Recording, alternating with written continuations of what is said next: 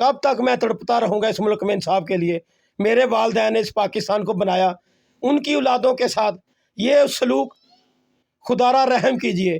اس ملک کے حکمرانوں سے سب سے میری اپیل ہے۔ کاغذات کا پلندہ ہے، ہائی کورٹ سے لے کر سپریم کورٹ تک اخبارات کے تراشے ہیں۔ میں بہت سخت محنت مزدوری کرتا ہوں، 13 سال ہو گیا سر مجھے انصاف کی تلاش میں اس ملک میں۔ میں ذہنی طور پر بہت پریشان ہو چکا ہوں۔ اگر مجھے یا میرے بچوں کو اس وجہ سے کچھ ہوا تو محکمہ تعلیم پنجاب اور پاکستان میں انصاف دینے والے یہ جو فورم بنے ہیں یہ سارے ذمہ دار ہیں۔ جی السلام علیکم۔ وعلیکم السلام جی۔ جی تہاڈا نام کی ہے؟ محمد اسلم جی۔ محمد اسلم کی کر دیو اج کل؟ میں محنت مزدوری کرنا سر۔ اچھا جی۔ تے اے جڑا تساں کاغذ پھڑے نے کیوں پھڑے نے؟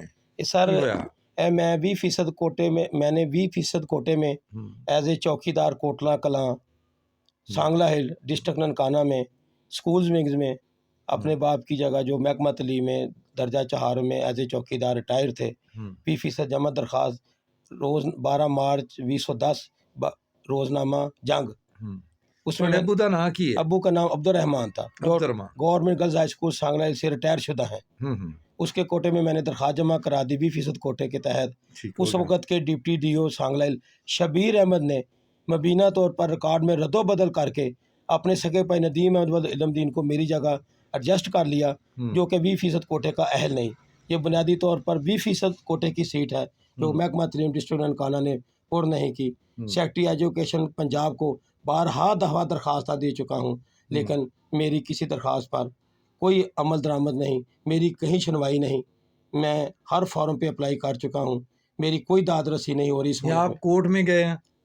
جی میں ہر جگہ میں نے اپلائی کیا، مجھے کسی فارم پر بھی پاکستان میں اس صوبہ پنجاب میں انصاف نہیں ملا۔ آپ کا یہ کہنا ہے کہ آپ کی درخواست 20% کوٹے کے تحت دی گئی تھی؟ جی جی۔ اس کو غائب کر کے کسی بندے نے اس وقت کے deputy D O Shabbir Ahmed نے جی جی ایک نئی درخواست جو کہ جعلی ہے، جس پر آپ کے سائن بھی نہیں ہے، وہ وہاں پہ جمع کرا دی۔ جی ناظرین آپ کو دکھاتے جائیں، یہ وہ درخواست ہے، اپلیکیشن جو محمد اسلم کا کہنا ہے کہ میری نہیں ہے اور میرے کھاتے میں یہ ڈال دی گئی، حالانکہ میں نے جو اپلیکیشن دی ہے وہ 20% کوٹے کے تحت دی ہے۔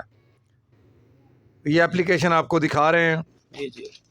اب ناظرین آپ کو بتاتے جائیں کہ یہ کاغذات کا پلندہ ہے، ہائی کورٹ سے لے کر سپریم کورٹ تک اخبارات کے تراشے ہیں۔ صدر اور وزیر اعظم کو اور چیف جسٹس کو انہوں نے اپلیکیشنیں دی ہیں، درخواستیں، پنجاب گورنر پنجاب سب کو میں نے۔ ہاں جی۔ تو اب تک وہ کہتے ہیں میری کسی بھی جگہ پر کوئی سنوائی نہیں ہوئی۔ آپ چاہتے کیا ہیں؟ آپ کوئی پیغام دینا چاہتے ہیں؟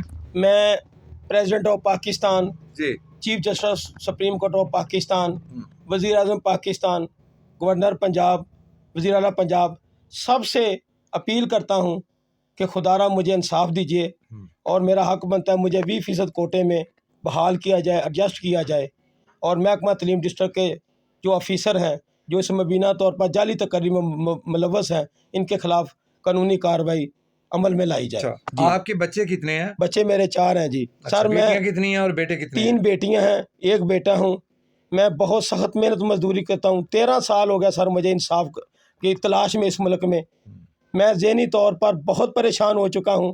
اگر مجھے یا میرے بچوں کو اس وجہ سے کچھ ہوا تو محکمہ تعلیم پنجاب اور پاکستان میں انصاف دینے والے یہ جو فورم بنے ہیں یہ سارے ذمہ دار ہیں اس بے انصافی کے میرے ساتھ۔ جس آفیسر کا نام آپ لے رہے ہیں شبیر احمد کا، جی جی، ابھی وہ حاضر سروس ہے؟ حاضر سروس ہے جی، بالکل۔ اس کا بھائی جو آپ سمجھتے ہیں کہ آپ کی جگہ پر اس کے بھائی کو ایڈجسٹ کر لیا گیا، جی، وہ ابھی تک سروس کر رہا ہے؟ جی سروس کر رہا ہے جی، وہ بھی سروس کر رہا ہے جی، درجہ 4 پر، درجہ 4 پر جی۔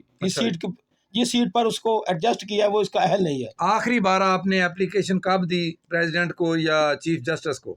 یہ مجھے 15 دن ہو گئے، آخری درخواست 15 دن کے اندر میں نے درخواست دی ہے جی۔ اچھا، اس سے پہلے میں متعدد درخواستیں دے چکا ہوں، چیف جسٹس صاحب کو بھی، پریزیڈنٹ صاحب کو بھی۔ تو کوئی اس کا رپلائی، کوئی جواب، کوئی میری سنوائی نہیں ہو رہی جی۔ آپ کی کسی اپلیکیشن کی کوئی انکوائری نہیں ہوئی؟